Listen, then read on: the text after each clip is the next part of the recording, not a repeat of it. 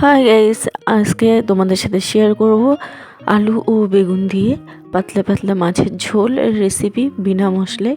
তো এর জন্য প্রথমে রুই মাছগুলো লবণ হলুদ মাখিয়ে একদম লাল লাল করে ভেজে নিতে হবে।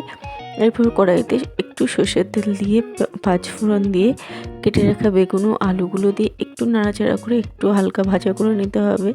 তারপরে দেখবে এদিকে মাছগুলো আমার ভাজা হয়ে গেছে। এর মধ্যে পরিমাণ মতন জল, লবণ আর হলুদ দিয়ে আর দিয়ে দিলাম 4টে কাঁচা লঙ্কা।